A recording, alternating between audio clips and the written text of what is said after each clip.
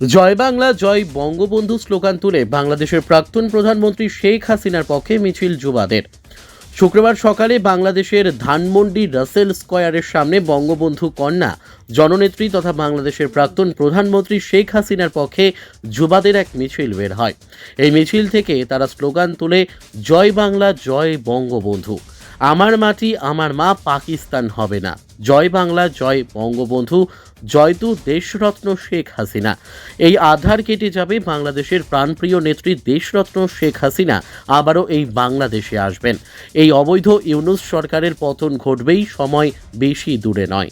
সবাই ঐক্যবদ্ধ হয়ে প্রস্তুতি নাও বলে শেখ হাসিনার পক্ষে স্লোগান তুলেছেন আওয়ামী লীগের যুবারা।